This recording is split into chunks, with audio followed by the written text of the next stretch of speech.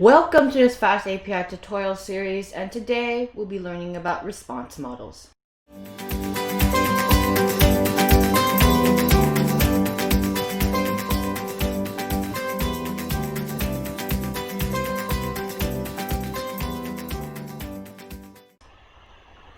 So back to our code that we did. So basically, response models can use the Pydantic base model using the HTTP methods. So basically, our HTTP methods are get. Basically, we read data, post, insert, put, or patch, update data, delete, we delete data. So basically, all we have to do to add a response model. So in our package, we did this. So what we're going to do is we're just going to right now just remove all of this. Just remove here. Okay, and basically our response model. So what's the point of a response model? Response model basically converts the output to its type declaration, validates data,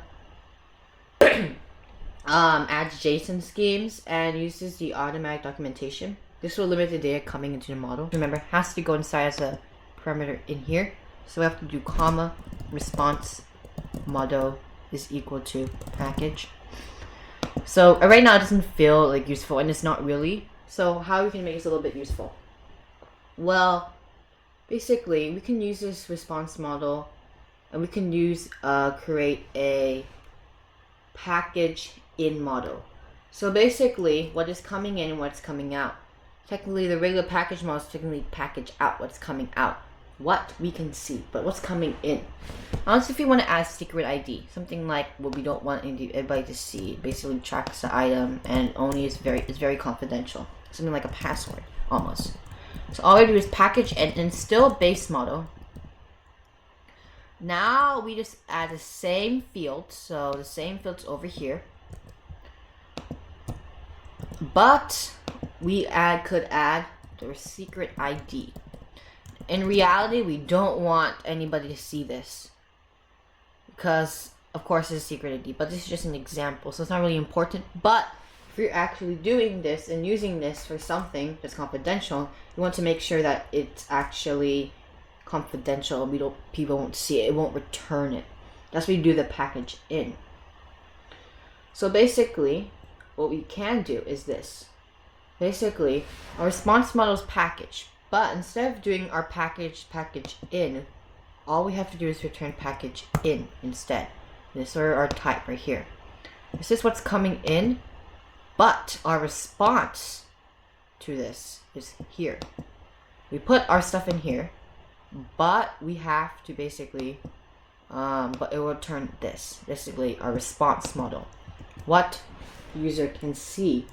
So basically, it filters any information we don't want the common user or basically anything to see. So basically, I'm just going to actually show you with this. If we use the docs,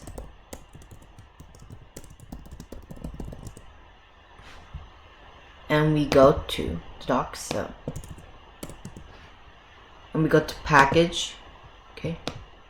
Let's go, see, we can also go to package in, and we can even see our schemas right here.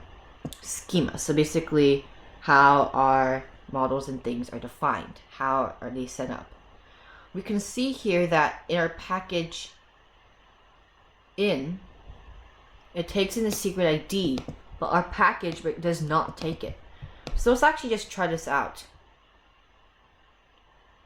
Okay. So basically when we try this out, okay, our secret ID and our string, we'll just start, okay, I just execute. You see, it doesn't show it. Well, that's for a good reason. Because remember, our response model, okay, had this, but it doesn't show because remember, our user in, our response model is what we want to show. Our user in, package in is basically what all contains, but this is basically what the user sees. Response model is really important. And we'll do some more methods and things we can do with this. We can also do this thing called response model exclude unset. Basically, if we do something like, okay, response model exclude unset, basically what this really means is that if we had an optional value, something like an optional thing in our models, we have to, and we want not to show it, because if we don't put it, then what's the point of showing it if there's really nothing we can do with it? This is why we put this inside. We can make this basically to true. Basically, you can use this basically, it won't show what we don't put in. Like if it's an optional, it won't actually show. Our next ones we also can use are response model include